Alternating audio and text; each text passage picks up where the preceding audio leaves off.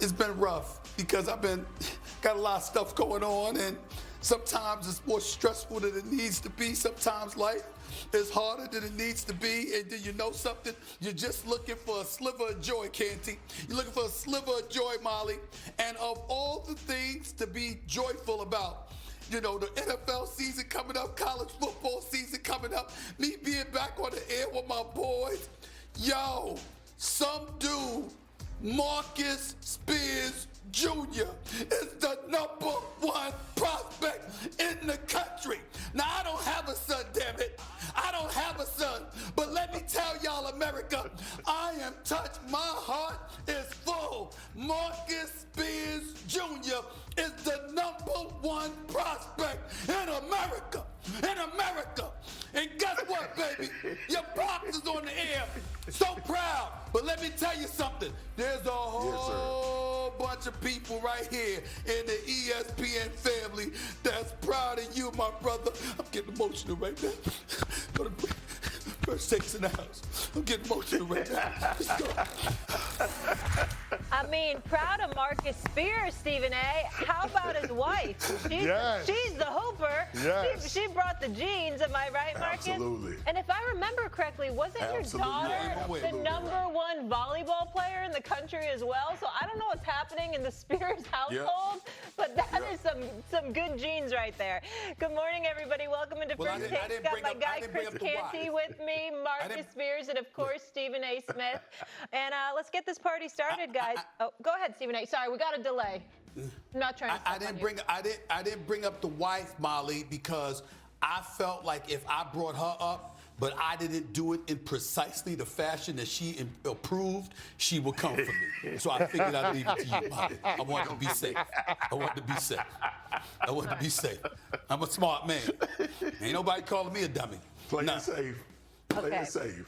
We'll keep it rolling here, guys. Right. And we're starting in the NFL. Browns rookie quarterback Shedeur Sanders strained an oblique throwing Wednesday morning, according to the team, and was held out of first day of joint practices with the Eagles. Sanders is considered day-to-day, won't practice today, unlikely to play in the preseason game versus the Eagles Saturday. His injury is the latest in a string of ailments that have impacted the Browns quarterback room. S.A., I'll start with you. What does this injury mean for Shedeur? Well, to me, it's a setback. Just my personal opinion. Not a negative against him in any way. But I thought the momentum from his performance against the Carolina Panthers was something that he was going to be able to ride, even when he was still left as #4 on the depth chart. You had us speculating as to why that is. What a Kenny Pickett, what a Dylan Gabriel, both hampered, right? Joe Flacco was a given. We understand where he's at this point in time in his career and what he means to the Browns. He's their security blanket who would probably start at the start of the season because he's your QB1 for the moment. But we looked at Shedeur Sanders, and then I'm thinking about, okay, you got joint practices with the Eagles, and then you got a game this Saturday night against the Eagles. And if you're going up against the reigning defending Super Bowl champions, whether it's against a second or a third unit, but you look as good, if not better, than you did against the Carolina Panthers last weekend, that would be something that would really, really be good for him. The fact that he's now hurt and he's not going to be able to play in all likelihood this weekend, to me, is a setback in that regard. Again, not a negative, fellas. It's just that I thought momentum was in his favor coming into this weekend, and now that has been derailed. Yeah, Stephen A., you're just being a realist. Shedeur Sanders is a fifth-round pick. He's trying to win a job, and in the NFL, a part of your job description is availability. So anything that can interrupt the progress that he's made in training camp is something that you should be concerned with. But I look at this a little bit differently. This could be a blessing in disguise for Shedeur Sanders, and here's what I mean by that. The ultimate objective is to sell the Cleveland Browns that you are their future at the quarterback position, especially considering that the Browns have 2 first-round draft picks in 2026. Maybe, just maybe, it might be in Shedeur's best interest with this potential injury, the fact that you're not going to see him out there against the Philadelphia Eagles on Saturday night. It tampers down unrealistic expectations that some people, and I say some, not all, have been putting on Shedeur while he's been considered or being in the mix for the QB1 job. When you look at the Cleveland Browns, starting the season as QB1 as a rookie might not be ideal. When you think about it, they're at home against the Cincinnati Bengals. Then they got a string of 5 straight playoff teams: Baltimore Ravens, Green Bay Packers, Detroit Lions, Minnesota Vikings, and the Pittsburgh Steelers. Not a soft place to land if you're Shedeur Sanders. So what I'll say is this: although it's never ideal to be dealing with an injury, the fact that the severity of the injury is not going to be expected to keep him out long term, and the fact that this does give everybody a chance to chill out with the expectations, I think it could be a good thing for Shedeur in the long run. Yeah, see, I understand that premise, but I contextualize it like this, all right? I thought it was semantics to keep him 4th overall. I still think him, Dylan Gabriel, and Kenny Pickett are all bunched up to see who the guy will be behind Joe Flacco. Obviously, Kenny Pickett having probably a little bit more of headway because he's played in the league before, but everybody understands, too, that there is a book out on him and some idea of what he is as a quarterback. The unfortunate part about this oblique injury is what I thought the preseason game would do for him, and it would get him more reps, more intentional reps in practice, especially with what Stephen A. brought up. Now you're practicing against another team. You get a chance to see him against a defense, hopefully with good on good.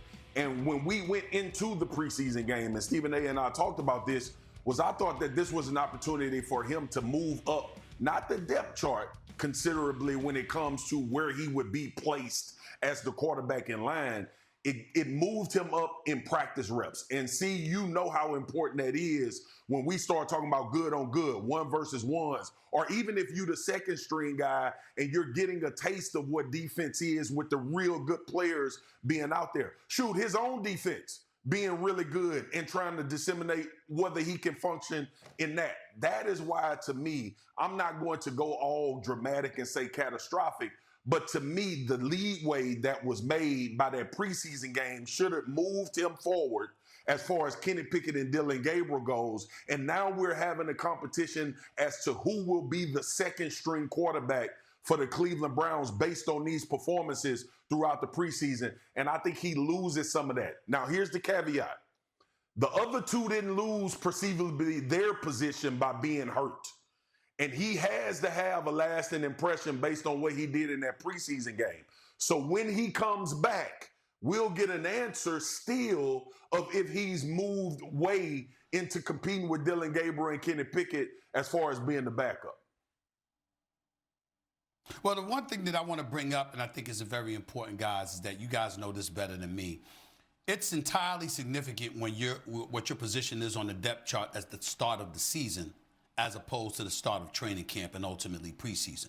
Because what happens is that they had him in that position before he competed, before he had a chance to prove himself. It's not like they walked in there and they said, okay, y'all competed, and as a result of what we've seen, we've got you as the QB4. No. You came in there, and that's where they placed you. You understand? They drafted Dylan Gabriel ahead of you. Kenny Pickett has already been in the league as a starter at some times when he was with the Pittsburgh Steelers, of course, as a reserve with the Eagles and what have you. And then Joe Flacco is a guy that took you to the playoffs when Deshaun Watson went down. He's a Super Bowl champion. He's entering his 18th season, and you know as a veteran, he doesn't need what those guys need in terms of experience. So we got to look at it from that standpoint. See, what I'm saying is that when you bring up the fact that he has to work his way up and what have you, we're talking about the QB2 position. I think that if Shedeur Sanders positions himself to be the QB2, then you're basically saying, if you're the Cleveland Browns, he's the future. We believe he is based on the short amount of work that we've seen. And that comes with going up against competition. Of course, second and third units and all of that stuff come into play. But when you're the reigning defending Super Bowl champions, as opposed to the Carolina Panthers, had he shown up this weekend and balled out again, playing 45 or more snaps like he did in the first game and putting up similar, if not better numbers, I think that would have boded very, very well for him. Here's why I disagree with you, Stephen A. I don't think Shedeur's status on the depth chart matters when it comes to whether or not he's going to be on the team. We know he's going to be with the Cleveland Browns on the active roster when the regular season starts, just based off of what he did against the Carolina Panthers alone. There's no way that Cleveland could expose him to waivers and think that they're going to be able to re-sign him on his practice squad. You can make an argument that Shedeur has more job security than Kenny Pickett, right? Because we know Shedeur is going to be on this team.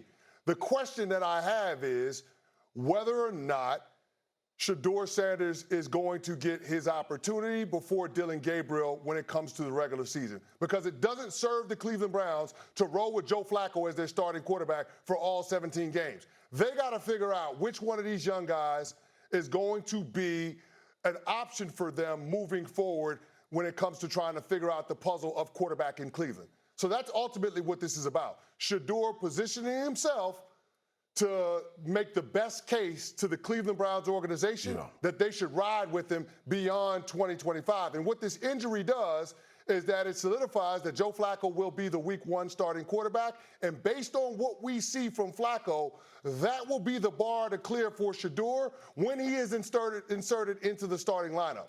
See, it's easier to go from Joe Flacco to Shedeur Sanders. But if you start the season with Shedeur Sanders as your starting quarterback and he struggles out the gate through those first 5 or 6 games, then all of a sudden you're going to have the fan base, you're going to have the media calling to see Joe Flacco or Dillon Gabriel. So that's why I think this injury can, in a lot of ways, be a blessing in disguise. It's not perfect. It's not ideal. You don't want it to happen, but it could be a silver lining in all of this.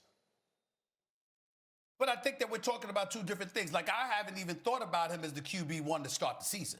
I haven't thought about that. I've thought about him positioning himself to be that guy that you go to once you go past Joe Flacco. Because my attitude is a Kenny Pickett, a Dillon Gabriel, a Tyler Huntley, that should not be enough to derail Shedeur Sanders. To me, you're legitimately competing for the QB2. Joe Flacco is your experienced veteran in that security blanket that you might start the season with. But even if you relegate him to the bench in favor of a young dude, you know he has the intestinal fortitude to overcome that. It's not. He knows he's 40. He knows his best days are behind him. He knows what his role is, so it's cool. He's there if you need him to start. He's there if you need him to be a security blanket, come off the bench and do what he does. If somebody gets injured or they're underperforming, we get that part. The real issue is the QB2. That's what I'm talking about. I've never thought about Shedeur as a QB1 to start the season, but I do view him as somebody who could position himself to be that QB2. And if he's not in that position, but he's playing well, we know that the reason that would be the case is because they don't want people clamoring for Shedeur Sanders prematurely and putting that added pressure on the organization, because we both know the coach Stefanski and the GM Berry is on thin ice right now, even though it might not be their fault considering the owner that they're working for. But it is what it is. Swagoo, final word here, and then let's move on. Well, yeah, I agree. It's a stair-step process. The first step that he took was in the preseason game, as far as bunching his name in the bunch with the guys that are playing for the second position, second QB position on this team, which is why I take a little bit more. I'm a little bit more disappointed about him not being available, because that time that he was able to continue to put pressure on Kenny Pickett and Dillon Gabriel. Look, the depth chart was based on where they were drafted. The depth chart wasn't based on what these guys, especially Dillon Gabriel and Shedeur Sanders, on what they had to go into camp with the mindset to compete anyway. Kenny Pickett probably had a little bit of more gain than both of those guys because, like you said, Stephen A., he started and played in this league, but he could have got walked down too. And the unfortunate part for me in the Shedeur situation is the first step that they gave him an opportunity to take, he took it in a really, really good way. I ain't going to break the press and do all of that over the performance, but the performance was good. It was really good, and it was enough to set the tone that these 3 quarterbacks in this particular group that we have right now, it's a real live competition. And I don't care if he 4th string, we got to see what he can do with the unit that Kenny Pickett would be in with the unit that Dillon Gabriel will be in with, and see if he performs better. And now we can justify our 5th round pick being our 2nd string quarterback as opposed to him missing time. And now you can have an excuse as to why you don't have him as QB2. All right, we'll have more on that later. The Cowboys have the 9th hardest schedule this season, and the Cowboys have the 10th. That's where we're headed now. The public saga continues between Jerry Jones and Micah Parsons, as the team has not gotten any closer to reaching a new contract since Micah requested a trade on August 1st. Here's Jerry's latest comments on Micah yesterday. Nothing. So why don't you talk? Again, Nothing would be that, and we might or might not talk. And the rest of that gets in what we do every day. You think that talks would pick up a little bit with him? I don't know that necessarily talks will, but we've got a game coming, and he's under contract. All right, Jerry. Meanwhile, Micah had no comments for reporters after practice, saying, "My mouth is closed." Okay, Swagoo, Canty, you guys played for the Cowboys, played for them at the same time. I'll start with you, Marcus. How damaging is this dispute to Jerry Jones and the Dallas Cowboys' reputation? Well, Jerry looks awful. Look, this is in the midst of us having sound that Jerry talked about creating controversy to keep this team relevant and talking about all of the things that have absolutely a damn thing to do with winning football games, which is what we're focused on as a sports show, right? And we talk about this team, and Chris does a phenomenal job on this radio show, and we talk about all of the things about the Cowboys and how they need to progress and move forward. But since Chris and I have been there, this has been the issue. The owner is the biggest part of this organization, and that is not going to bode well when it comes to winning. That's really what it boils down to. Y'all, this situation is not new at all for the Dallas Cowboys when it comes to what we know about Jerry Jones. Let me ask Chris and Stephen A. something, and even Molly. Have we learned anything new about Jerry Jones and how he runs the Cowboys throughout this Micah Parsons situation? Because we all acting like we have.